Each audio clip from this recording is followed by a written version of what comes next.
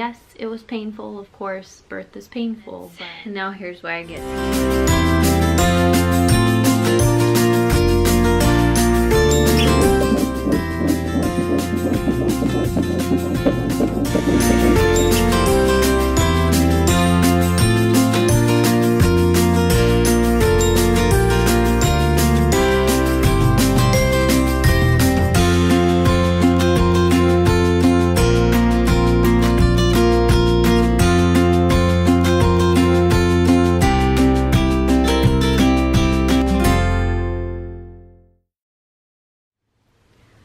Hi guys, for those of you who don't know, my name is Ashley and my boyfriend Dan and I have a now 6-month-old baby boy. He's right here asleep in my arms, as you can see. So I wanted to get on here because if any of you are like me, when I was pregnant, I researched and looked up and loved watching birth videos on YouTube. So I wanted to share my experience and what I went through with labor. So I'm going to tell you my story and hopefully it will help prepare some of you guys who are pregnant watching this. So it all started on September 2nd, the night before.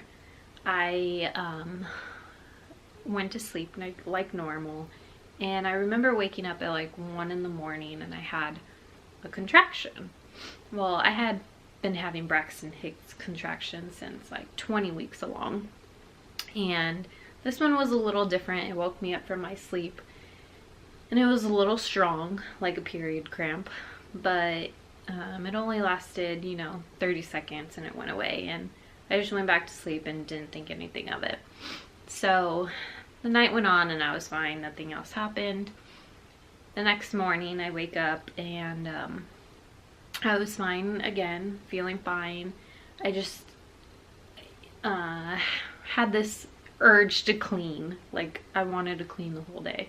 So Dan wanted to go hang out with his friends. One of his buddies was having a barbecue, so he wanted to go, and I said, go ahead, like I don't care, like I just want to clean. So I ended up cleaning the house up a little bit. All day I was having these strong contractions lasting, 30 seconds or so, but they were like an hour apart, but they were stronger than Braxton Hicks contractions. I didn't think anything of it though. I just, went along with my day. And I didn't think anything of it because I had my doctor's appointment, my last doctor's appointment on August 29th. So I was 37 weeks and 1 day, I think, along. I had told her that I was like leaking a little bit, but she checked me. She checked if it was fluid, and it wasn't fluid. She checked me and I was only, I want to say, let me check again, sorry. I was only a fingertip and 70% effaced. So she pretty much told me, yeah, it's not going to be anytime soon. She did say that I was losing my mucus plug, but it still probably wasn't going to be anytime soon, which was fine. I was only 37 weeks and I wasn't prepared for that anyways. I went along with my day on September 2nd, still having contractions pretty much every hour apart, but breathing through them. I was talking through them. I was fine. So that day I remember taking a really long nap though, which thank God I did because I didn't get much sleep that night. So actually I didn't get any sleep that night.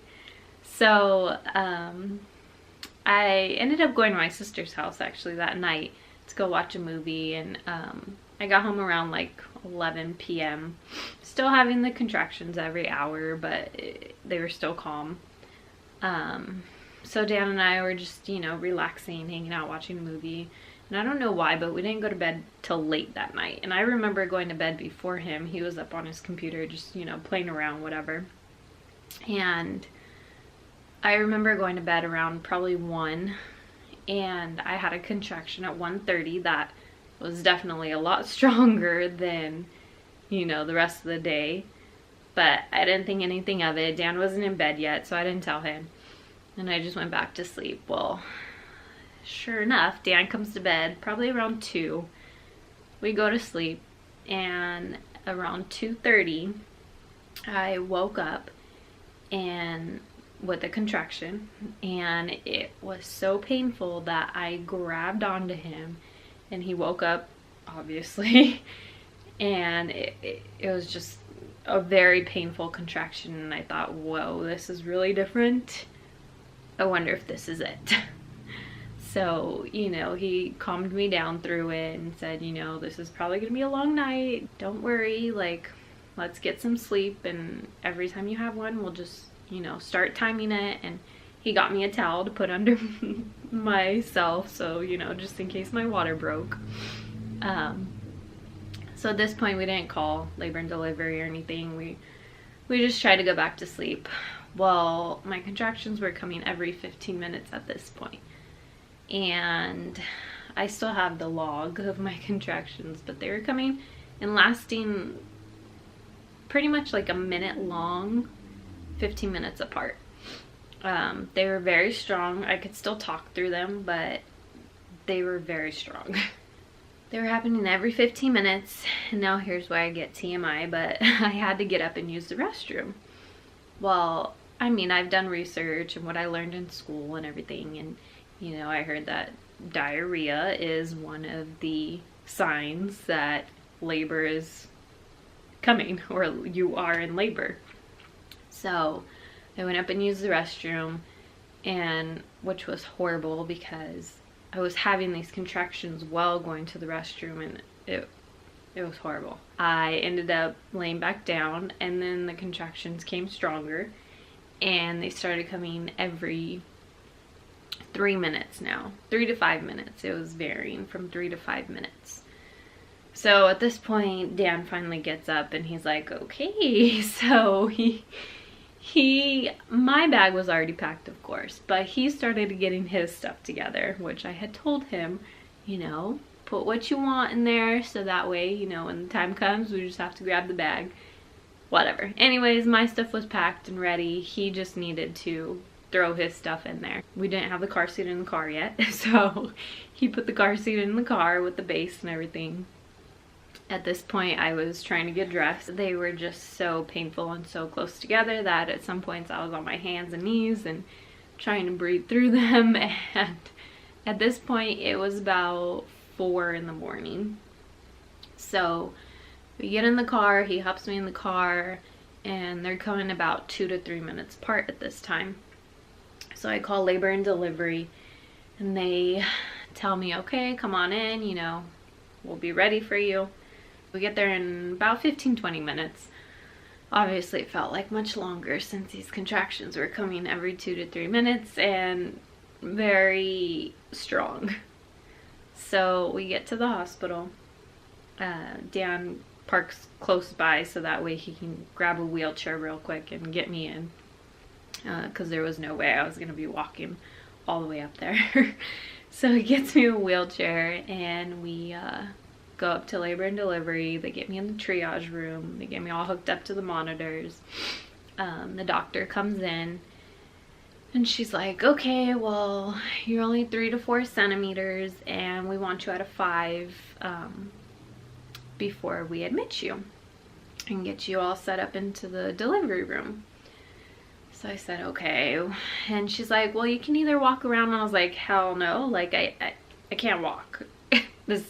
By this time, the contractions have started in my back, and I was having back labor. So I asked for some pain meds, and so they got me an IV and gave me some fentanyl, which fentanyl does not take away the pain of the contractions at all. Let me tell you. So all it pretty much does is relax you in between, so that way, you know, you can get some rest in between. But when the contractions hit, the pain was still there, and it was still strong as ever. She's like, okay, we'll come back in an hour and check you. So the nurse, you know, is checking on me every now and then.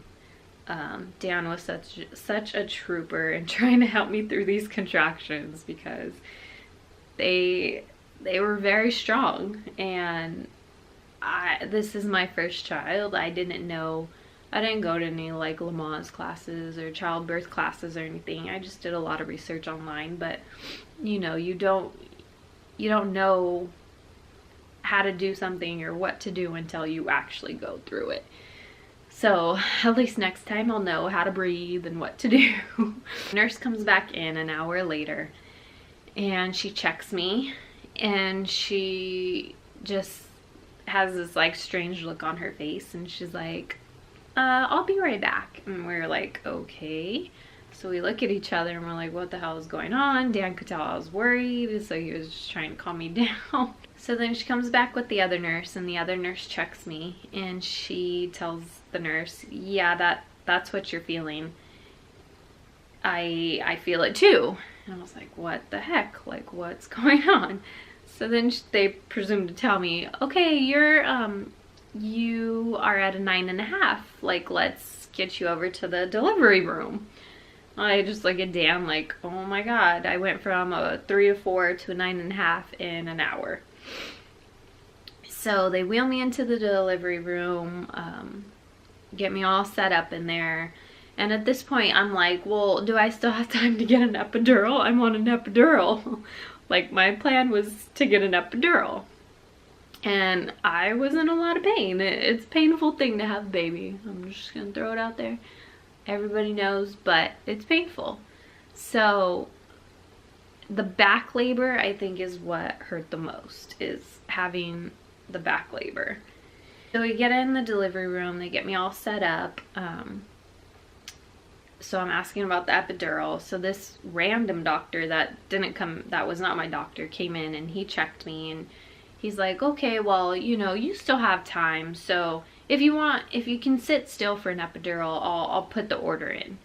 And I was like, okay, well, at this point, in my head, I knew that I couldn't sit still, but the pain in me said, yeah, let's do it. So I went ahead and said yes, and so he put the order in. So while we were waiting for the anesthesiologist to come in and do the epidural, all of a sudden during one of my contractions, I felt something come out of me. Well, my water hadn't broke yet, and it ended up being like a little bubble of my bag, my amniotic fluid sac, protruding out of me. And I said, there's something coming out of me, like I have to push. And they're like, no, hold on. So they check me, and it was the bag, and they say, okay, well, you know, let's call the doctor and let's get this started. So my doctor comes in, thank God, because I didn't want that other doctor delivering him. So my doctor came in, and she is getting all gowned up, and meanwhile, every contraction I'm having, I need to push. Like, I keep telling them, like, I need to push. I have the urge to push. I need to. So they're like, hold on. She's getting gloved up. They're bringing out the table and the stirrups and putting all the high beam lights on me. The doctor breaks my water. So I felt that, you know, warm gush, I guess you can say. So then after that, the next contraction, she told me to push. So obviously your first baby, you don't know what the heck you're doing. You don't, no matter how many times somebody tells you what to do, you don't know until it's time to do that. So after a few pushes, and I kind of got, you know, the feeling and what I needed to do. So I pushed for 15 minutes, and then finally his head came out. Popped him on me. And I remember the doctor kept having to tell me, like, don't pull him, because he was still connected. But I just wanted him close, and I just wanted to hug him and love him, and he was so alert and so healthy and happy. At that point, everything else was a blur. I just remember him laying on me and, you know, cherishing that moment. Doctor finishes up doing what she needs to do. I can't even tell you anything about the afterbirth because that was all a blur. I just remember her telling me after, she's like, okay, you tore just a teeny tiny bit. I put 1 stitch and you're good to go. And I was like, okay. So then the nurses, you know, make sure he was okay and just checked him out real quick. Didn't do any measurements or anything yet because at Kaiser they, you know, have the baby bonding skin to skin time. So they pretty much just looked him over, make sure he was good, and then everybody left the room and we were alone with him for an hour.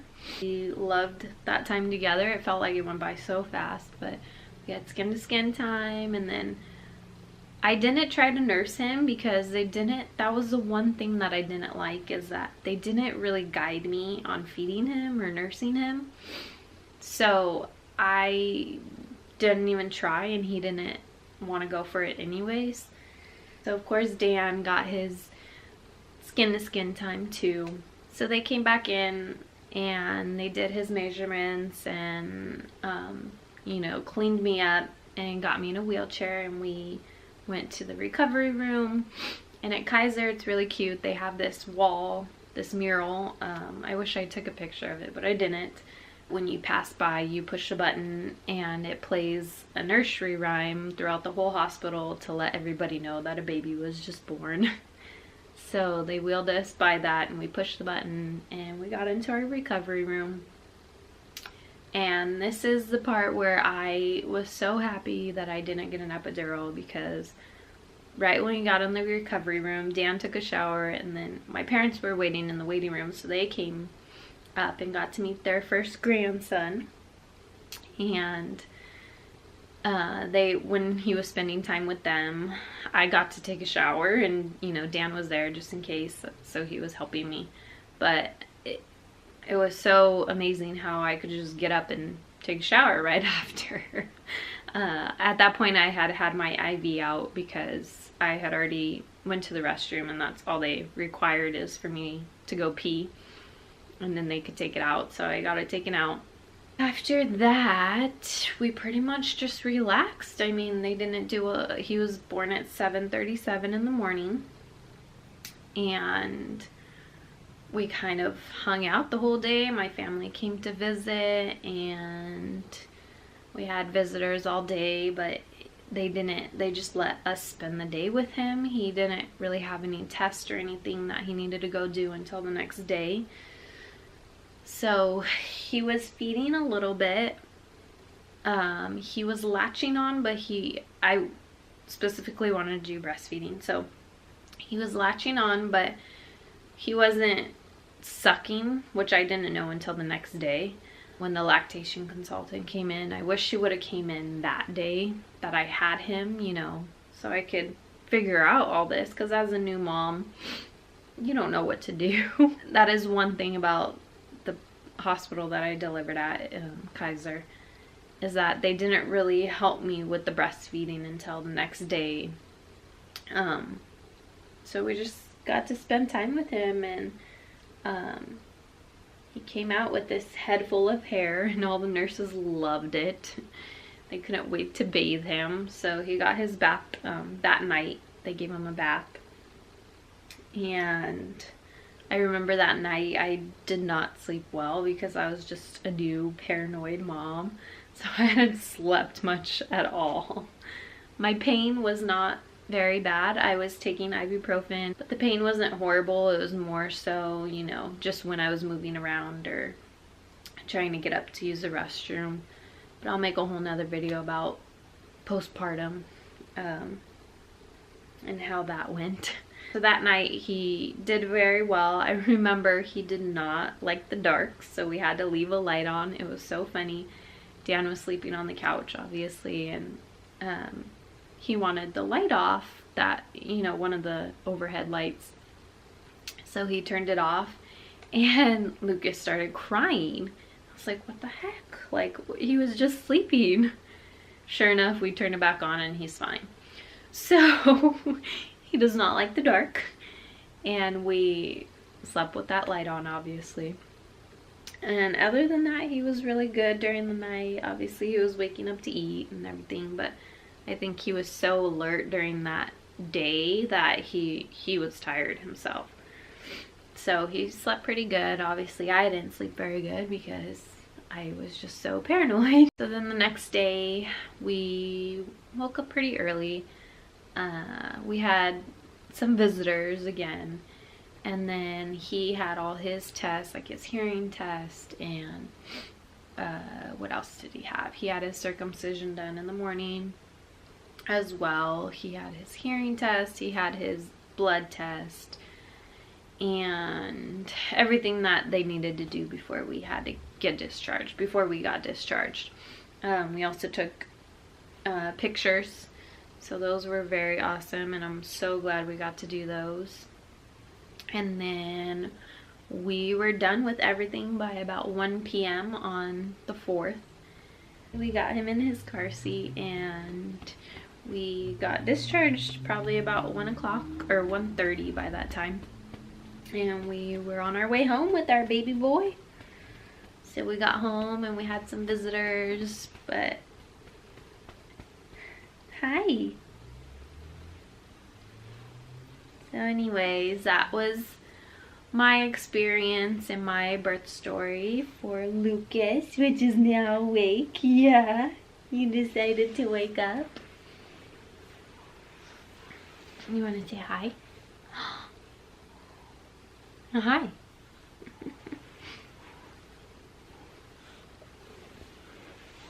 So that was our experience, and I know everybody's birth story is so different and everybody's labor is so different that you can never be prepared until you can never be prepared.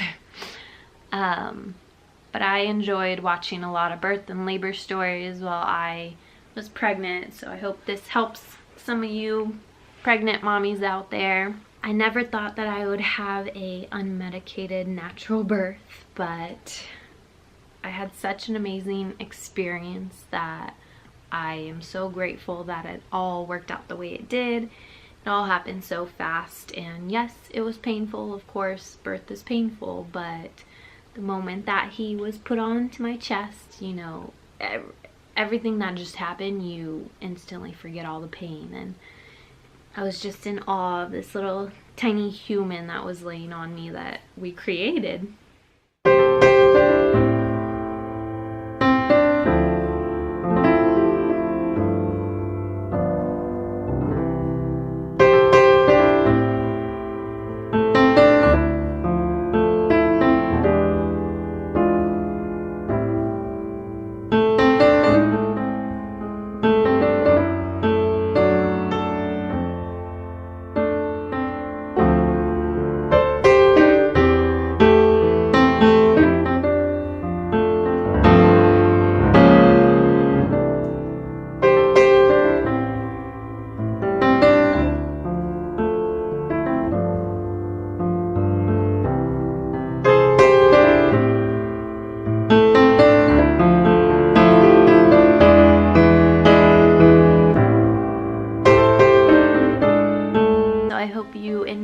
Our labor and delivery story for Lucas, and don't forget to subscribe. I'll be posting a lot more mommy videos coming up here soon.